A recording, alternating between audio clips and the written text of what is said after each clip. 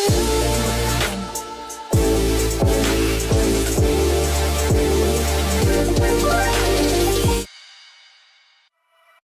we are back with another video. तो horror series हम फिर से स्टार्ट करने वाले हैं, इस चैनल पे स्टार्ट कर रहे हैं। तो इस पहली वीडियो है fear house true story explained in Hindi. It's on the channel Haunting Tube and ऐसी वीडियोस आती रहेंगी, तो make sure you with the subscribe button. Let's begin and देखते हैं वीडियो कैसी है। ओके, आवाज कम करो, आवाज बढ़ाओ। ऐसा मुझे इंट्रो से डर लग रहा है। बिग टाइम फट फियर हाउस। एक रियल लाइफ हॉन्टेड स्टोरी में कितनी सच्चाई होती है? वेल, इसका अनुमान लगाना काफी मुश्किल है, क्योंकि हम एसेंशियली किसी के द्वारा कही गई बातों को सुनकर चीजें एनालाइज करते हैं। अब चाहे स्टोरी कॉन्जरिंग 3 की हो या फिर द हॉन्टिंग इन कनेक्टिकट की, कुछ लोग इसे सच मानते हैं, वहीं कुछ लोग इसे बस एक पब्लिसिटी स्टंट मानते हैं। ऐसी ही एक खास स्टोरी स्टीव लचांस की है, जो कि मई के 2001 में यूनियन मसूरी में एक नए रेंटेड घर में शिफ्ट होते हैं। पेशे से स्टीव एक कॉर्पोरेट ट्रेनर था जिनका रिसेंटली डिवोर्स हुआ था, एंड स्टीव के बच्चों का नाम था एलाइजा, एलियट और इलाई। एलाइजा अपने दोनों भाइयों से बड़ी थी एंड एलियट और एलाई 11 और 12 साल के थे। नए घर को सेट करते वक्त एलियट को बेसमेंट में अजीब आवाजें सुनाई देती हैं और उसे थोड़ा वाइब्रेशन वगैरह भी फील होता है। इससे एलियट काफी डर भाई, जब भी कहीं भी हो, अगर आपको थोड़ा सा भी डर है, पहली थिंग आपको करनी है बेसमेंट से दूर रहना है, जितने दूर हो सकता है उतने दूर। बेसमेंट में गलती से भी घुस मत जाना जाता है, लेकिन एज यूजुअल एलियट की बातों का कोई भरोसा नहीं करता। उसी रात एलियट को कॉरिडोर्स में फिर से कुछ आवाजें सुनाई देती हैं और इस बार वो एक भूतिया आकृति भी देख पाता है। इस घटना के बाद भी ये फैमिली एलियट का मजाक बनाती है और इसके कुछ दिन बाद ये सभी अपने ग्रैंड पेरेंट्स के घर घूमने जाते हैं। वहां से वापस आने के बाद ये फैमिली नोटिस करती है कि उनके घर की सभी लाइट्स ऑन थी। स्टीव को लगता है कि शायद उनके घर में कोई ब्रेक इन किया है, लेकिन घर के सभी डोर्स और विंडोज सही वे में लॉक्ड थे। ऐसे में स्टीव सोचता है कि मे बी वही यहाँ से जाते वक्त लाइट्स ऑफ करना भूल गया होगा। इसके ठीक बाद स्टीव घर को चेक वगैरह कर रहा था जब अचानक उसे ऐसा महसूस होता है मानो कोई इलेक्ट्रिकल चार्ज उसके शरीर से पास करी हो। वंस अगेन स्टीव खुद को मनाता है कि मे बी ये एक राइटिंग इशू होगी, लेकिन तभी स्टीव को अपने बच्चों के कमरे से चिल्लाने की आवाज आती है और वो वहां जाता है। दरअसल एलाइजा ने कमरे के दरवाजे पे किसी शख्स को देखा था एंड समहाउ उनका रूम अपने आप लॉक भी हो गया था। इतना ही नहीं, इनके रूम के डोर्स पे नॉक हो रहा था, लेकिन स्टीव के आते सब कुछ काइंड ऑफ कंट्रोल में आ जाता है। इस पॉइंट पे स्टीव को भी पैरानॉर्मल चीजें महसूस होने लग गई थी, लेकिन फिर भी नेक्स्ट डे वो अपने डैड यार मुझे डर लग रहा है। शक्ल देख के लग रहा है आपकी। मैं हंस रही हूँ, मुझे पता नहीं अंदर से हालत खराब है। अब स्टीव के डैड जब वायरिंग को चेक कर रहे थे तो उन्हें बेसमेंट में बुचर शावर दिखता है। अब जिन्हें यहाँ बुचर शावर के बारे में नहीं पता, उन्हें मैं बता दूं कि तकरीबन 100 साल पहले कुछ फार्मर्स के घर में ऐसे शावर हुआ करते थे जिनका इस्तेमाल फार्मर्स किसी एनिमल्स को बुचर करने के बाद ब्लड स्टेन्स को हटाने के लिए करते थे। उस जमाने में यूजुअली ऐसा शावर खून से लथपथ होता था और ये इस घर में हुए वायलेंस का अर्ली इंडिकेशन था। तो बुचर शावर के पाए जाने के बाद घर में पैरानॉर्मल एक्टिविटीज और भी ज्यादा बढ़ गई, लाइक किसी के चिल्लाने की आवाज आना, डोर पे नॉक होना या फिर इवन पूरे घर का वाइब्रेट होना। ऐसे में स्टीव और उसकी फैमिली ने कुछ ऐसा किया जो यूजुअली हॉरर मूवीज में लोग नहीं करते हैं। यस, वो लोग घर छोड़कर रातों रात भाग गए। इसके बाद ये प्रॉपर्टी फिर से सेल पे गई और ऐसे में लिंडा मार्श की फैमिली ने इस प्रॉपर्टी को रेंट किया। लिंडा की फैमिली में उनके हस्बैंड एनेथ और उनकी 13 साल की बेटी एशली भी थी और ये तीनों इस घर में रहने लगे। प्रोफेशन वाइज एनेथ एक नर्सिंग होम के मेंटेनेंस वर्कर थे और लिंडा किसी डिपार्टमेंट स्टोर की सेल्स एसोसिएटिव थी। घर को डेकोरेट करते वक्त लिंडा को ऊपर के फ्लोर से कुछ आवाजें सुनाई देती हैं, जबकि घर में उस वक्त लिंडा के अलावा और कोई नहीं था। उसी रात एशली भी अपने कमरे के दरवाजे को खुद ब खुद खुलते और बंद होते देखती है, जबकि कमरे के आसपास कोई भी नहीं था।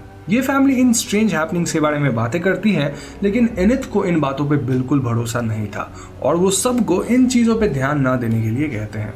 दूसरी तरफ स्टीव को अब भी उस घर से जुड़ी नाइटमेयर्स आ रही थी, इसलिए वो इस घर को विजिट करके लिंडा और उनके हस्बैंड से मिलता है। स्टीव कहता है कि ये घर हॉन्टेड है और ऐसे में लिंडा स्टीव का यकीन करती है, लेकिन एनिथ को स्टीव की बातों पर भरोसा नहीं था। उस रात एशली घर के बाहर एक पेड़ के ऊपर किसी बेबी को टंगा हुआ देखती है, लेकिन जैसे ही वो अपने मॉम को बुलाती है वो बेबी अपने आप ही गायब हो चुका था। यहाँ लिंडा खुद को कन्विंस करने की कोशिश करती है कि शायद इस घर में कुछ भी नहीं है, लेकिन अंदर ही अंदर वो खुद बहुत ज्यादा डरी हुई थी। तो इसके कुछ दिन बाद लिंडा को एशली के स्कूल से एक लेटर आता है, जिससे लिंडा को पता चलता है कि एशली अपने स्कूल की क्लासेस बंक करने लग गई थी। जब लिंडा एशली को इस बात के लिए कन्फ्रंट करती है तो एशली के हाथ पे उसे मल्टीपल कट्स दिखते हैं। इस पॉइंट पे एशली अपनी मॉम लिंडा पे ही चिल्ला देती है और वो कहती है कि उसे अपने आप को कट करने में अच्छा लगता है और वो ऐसा बार बार करती रहेगी। लिंडा फौरन एशली को अस्पताल ले जाती है, जहां डॉक्टर का कहना था कि टीनेजर्स के बीच ऐसी हरकतें काफ़ी कॉमन हैं और यूजुअली वो अपने स्ट्रेस को दूर भगाने के लिए ऐसा करते हैं या फिर वो किसी और को देखकर कूल बनने के चक्कर में भी ऐसा कर सकते हैं। ये बात सुनने में तो ठीक लगता है, लेकिन लिंडा इस पॉइंट तक मानने लग गई थी कि उसकी बेटी किसी इविल एंटिटी के कब्जे में है या फिर वो सिंपली पोजेस्ड है। लिंडा फौरन the Saint Louis Spirit Church से कुछ पैरानॉर्मल इन्वेस्टिगेटर्स को अपने घर बुलाती है और उनके साथ स्टीव भी आता है। इन पैरानॉर्मल इन्वेस्टिगेटर्स की लीड बेट्सी को तुरंत ही घर से कुछ नेगेटिव एनर्जी का आभास होता है और उनका मानना था कि इस घर में कुछ अदर वर्ल्डली एंटिटी है। ये इन्वेस्टिगेटर्स घर की थोड़ा इन्वेस्टिगेशन करने लग जाते हैं और ये सब एनिथ को बिल्कुल पसंद नहीं आ रहा था। इन्वेस्टिगेटर्स को अपनी इक्विपमेंट्स की मदद से एक फेंट आवाज़ सुनाई देती है और इस आवाज़ को ट्रेस करते हुए वो ऊपर के कमरे में पहुंचते हैं। कमरे में ईएमएफ मीटर कुछ इलेक्ट्रोमैग्नेटिक फ्लक्चुएशंस पकड़ती है और यहाँ बेट्सी एक ओल्ड मैन की प्रेजेंस को महसूस करती है जो कि कमरे के एक कोने में खड़ा था। ये ओल्ड मैन बार बार कह रहा था कि दिस इज माई हाउस। इन बातों से बेट्सी ये अनुमान लगाती है कि जरूर ये बूढ़ा आदमी पहले इसी घर में रहा करता होगा और उसकी आत्मा आज तक इसे अपना घर मानती है और दूसरों को यहाँ नहीं आने देती है। खैर, बेट्सी एशली के कमरे को भी चेक करती है जहाँ उसे पावरफुल नेगेटिव एनर्जी फील होती है। बेट्सी का मानना था कि एशली के पास कुछ साइकोकाइनेटिक एबिलिटीज है जिसकी मदद से उसने खुद की एक नेगेटिव एनर्जी क्रिएट करी है और वो इसी रूम में है। फाइनली ये इन्वेस्टिगेटर्स घर के बेसमेंट में जाते हैं जहां एक दूसरी एंटिटी मौजूद थी और ये एंटिटी काफी एक्साइटेड और गुस्से में थी। इस एंटिटी को लोगों का प्रेजेंस पसंद नहीं आ रहा था और बेट्सी को यहाँ एक साइकिक फोर्स फील्ड महसूस होता है। इन सभी चीजों को इन्वेस्टिगेट करने के बाद बेट्सी क्लियरली सेज कि ये घर हॉन्टेड है।